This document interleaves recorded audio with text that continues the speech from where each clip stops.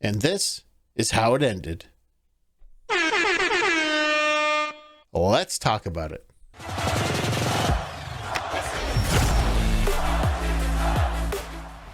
Leafs win 2-1 in overtime. I just wanted to say before I talk about tonight's game, I'm good that Dubas was patient with Nylander over the last few years. It looks like he's finally found his groove and he's stepped it up quite a bit this year. And I believe a lot of it has to do with after the Borrell-Salming visit on the Hall of Fame weekend. It was an emotional time, and it really seemed to affect Nylander's play. And then once Gauthier passed away, they were wearing these patches, beautiful patches, by the way. And it just really had an effect on Nylander and all the Swedes, for that matter, on the team.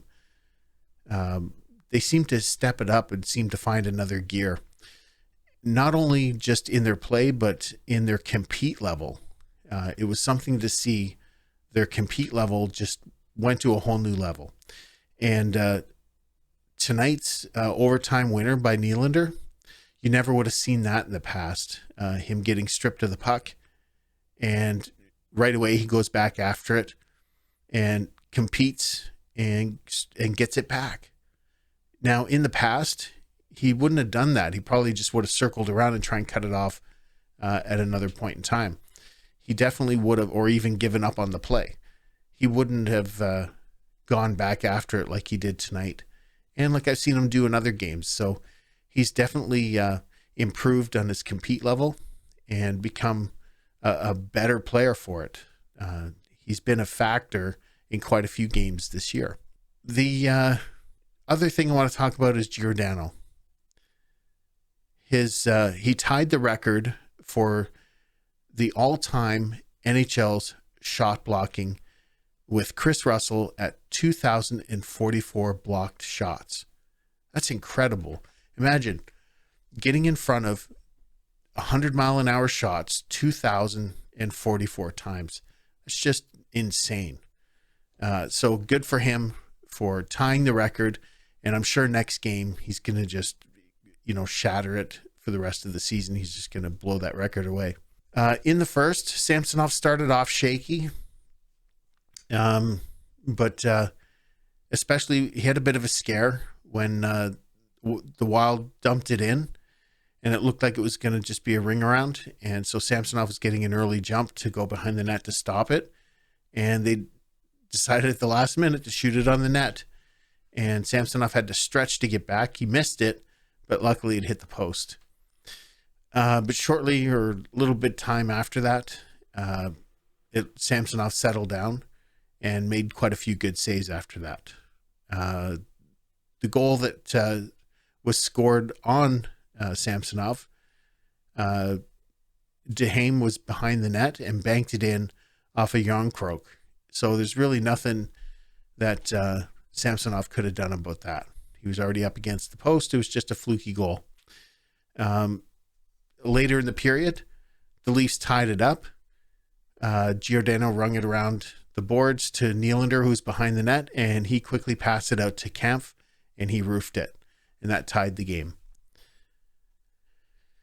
Throughout the second period, the Wild, they play a really tight checking game.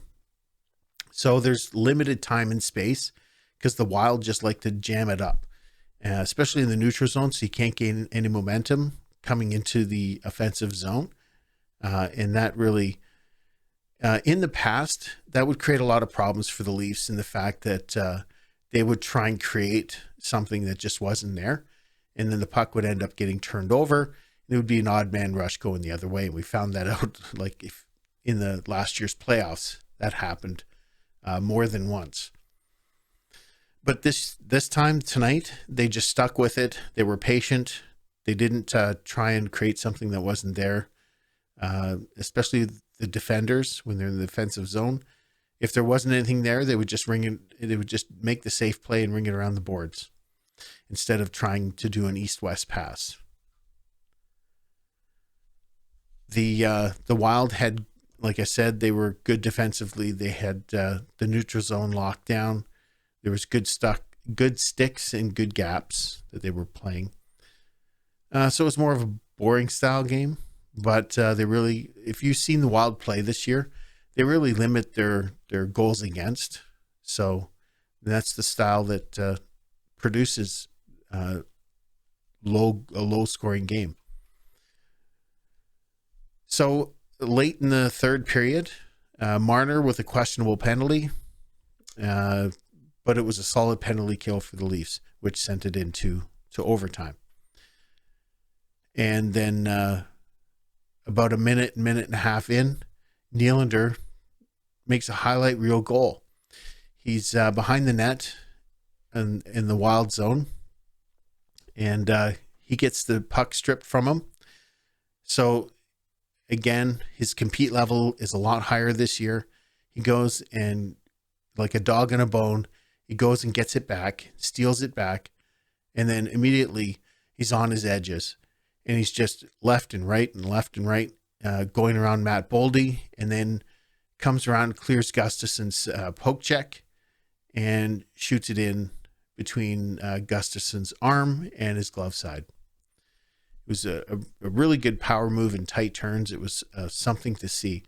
So the key moments from this game were the Leafs were patient. They didn't force anything, and they took what was there, but they didn't try and force anything east-west, especially to have turnovers.